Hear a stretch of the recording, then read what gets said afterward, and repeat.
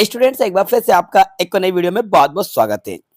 तो प्यारे बच्चों, पिछले 10 सालों की इंग्लिश ग्रामर की सीरीज के डुएस टाइटेड में आज हम समझने वाले हैं क्वेश्चन नंबर 11 से। जी, इससे पहले की वीडियो में मैंने 1 से लेकर 10 तक के सभी डुएस टाइटेड को एक्सप्लेन करा दिया था। आई होप आपको समझ में भी आ गए होंगे और आपने उस वीडियो को जरूर देख लिया होगा। अगर आपने नहीं देखा है तो आप उस वीडियो को भी जरूर देख लीजिएगा। और आज के इस वीडियो में हम लास्ट 10 ईयर्स के इंग्लिश ग्रामर के डुएस टाइटेड को कंटिन्यू करने वाले हैं और 11 नंबर के सीरियल से हम डुएस टाइटेड को समझेंगे। तो बस वीडियो में अंत तक बने रहिएगा। चलिए वीडियो को शुरू करते हैं। तो ये रहा हमारा क्वेश्चन नंबर 11, जो कि 2012 में क्वेश्चन आया था। We will leave as soon as the taxi arrive, डी write using no sooner than. बच्चों, नो सूनर देन का हमें यूज करना, और नो सूनर देन का यूज काफी ज्यादा इंपॉर्टेंट है। एग्जाम में क्वेश्चन ज्यादातर आते हैं नो सूनर से। अब देखो, नो सूनर का आपको यूज कैसे करना है। एज सून एज के प्लेस पर तो हमें सबसे पहले नो सूनर लगाना है, लेकिन स्टार्टिंग हमें नो सूनर से करना है। तो स्टार्टिंग हम लिखेंगे, पहले लिखेंगे नो सूनर। यहाँ पे सिंपली हम राइट करते हैं नो सूनर। अब बच्चों एक बात याद रखना, नो सूनर के बाद आने वाला सेंटेंस इंटरोगेटिव बन जाता है। नो सूनर के बाद जो सेंटेंस स्टार्ट होता है उसको टेंस के अकॉर्डिंग आपको इंटरोगेटिव बना देना है। ठीक है, अब ये लिखा है द टैक्सी अराइव्स। तो यहाँ पे देखो एस लगा हुआ है, यानी ये प्रेजेंट इंडेफिनिट का है। प्रेजेंट इंडेफिनिट का है, एस लगा हुआ है। तो हम यहाँ पे इंटरोगेटिव में चेंज करेंगे। तो पहले हम लिखेंगे डज, फिर लिखेंगे द, देन हम यूज करेंगे taxi. No sooner does the taxi, और अराइव में से एस हटा देंगे तो सिंपली हम लिखेंगे arrive. No sooner does the taxi arrive, यानी नो सूनर के बाद वाले सेंटेंस को आपको इंटरोगेटिव बनाना है। इस रूल को आप कहीं नोटबुक में लिख लीजिए, टेंस के अकॉर्डिंग इंटरोगेटिव बनेगा। अब दोनों सेंटेंस के बीच में आपको लगाना है देन, क्योंकि नो सूनर के साथ देन आता है, तो देन लगा दो। क्या लिखा, वी विल लीव। तो यहाँ पे सिंपली हम लिखेंगे we will leave. No sooner does the taxi arrive than we will leave. ये इसका कंप्लीट आंसर हुआ। ठीक है, अब आते हैं question number 11। His friend was not allowed to see him, his mother was, his brother was not allowed to see him. Neither not से combine करना है, कंबाइन यूजिंग नाइदर नॉट। यहाँ पे देखिए हिज फ्रेंड और हिज ब्रदर, बाकी was not allowed to see him, was not allowed to see him. ठीक है, दोनों यहाँ पे कॉमन है। तो इसको कैसे करेंगे, देखो स्टार्टिंग में लगाएंगे पहले हम नाइदर, क्योंकि सब्जेक्ट अलग अलग है। NEITHER, नाइदर क्या है पहला, हिज फ्रेंड। तो यहाँ पे नाइदर हिज फ्रेंड। अब इसके बाद हम दूसरा सब्जेक्ट लिखने से पहले लिखेंगे nor his brother, neither his friend nor his brother. क्योंकि सब्जेक्ट चेंज थे, अलग अलग थे, इसलिए स्टार्टिंग हमने नाइदर से करी, ना तो उसका दोस्त ना ही उसका भाई। अब ये लिखा है was not allowed to see him, तो इसमें हम लगाएंगे वॉज, नॉट को हटा देंगे और लिखेंगे अलाउड टू सी, इसके बाद हिम लिख देना।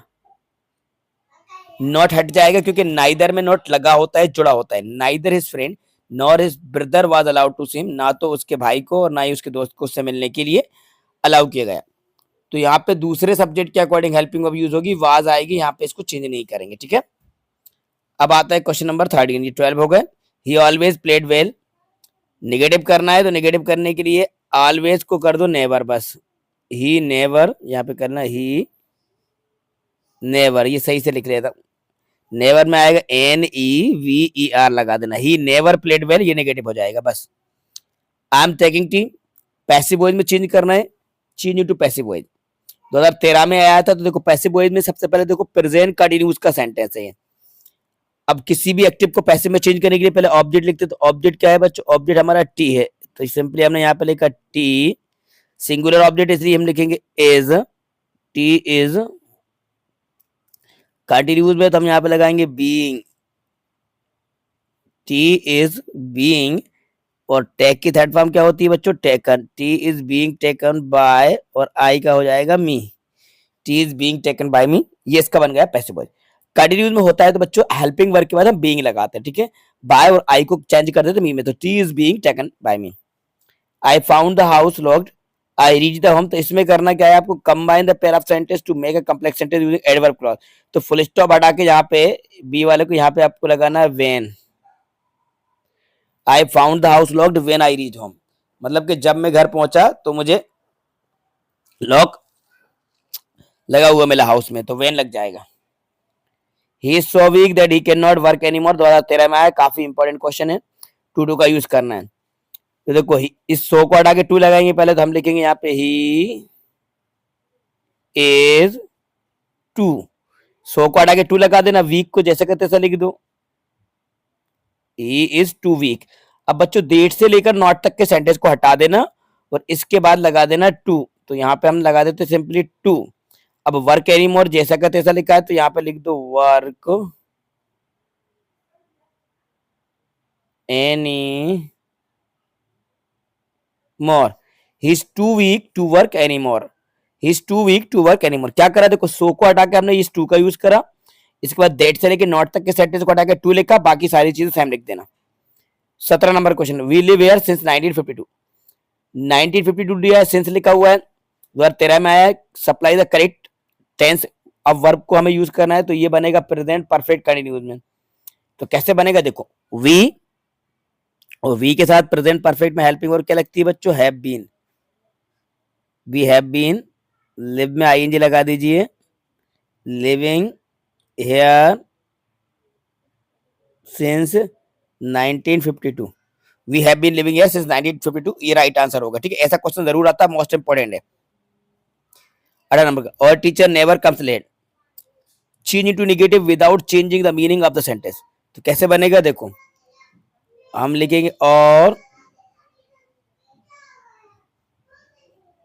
टीचर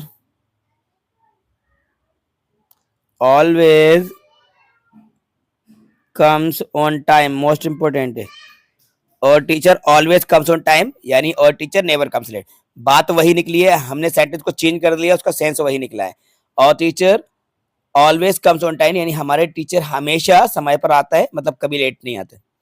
19 नंबर का, देयर इज नथिंग बट और इविल, इट इज और thinking which make it so, combine the our sentence into a compound sentence. तो यहाँ पे बीच में बट का यूज कर लेना, दोनों सेंटेंस के बीच में बट लगा देना। देयर इज नथिंग गुड और इविल बट इट इज और thinking which makes it so, but दोनों के सेंटेंस के बीच में लग जाएगा। अब 20 नंबर का और देख लीजिए, last, he is ill he can't go to office, combine the pair of sentence to make a complex sentence using adverb clause. तो he is ill he can't go to office, तो दोनों sentence के बीच में यहाँ पे आपको लगाना है so, he is ill so he can't go to office, यानी कि वह बीमार है इसलिए वह ऑफिस नहीं जा सकता, दोनों सेंटेंस के बीच में सो लग जाएगा, he is ill so he can't go to office. ठीक है, तो आज की इस वीडियो में, यानी कि ये पार्ट 2 था डू इज डाइटेड की सीरीज का, जिसमें मैंने आपको बाकी के 20 क्वेश्चन को एक्सप्लेन करा दिया है।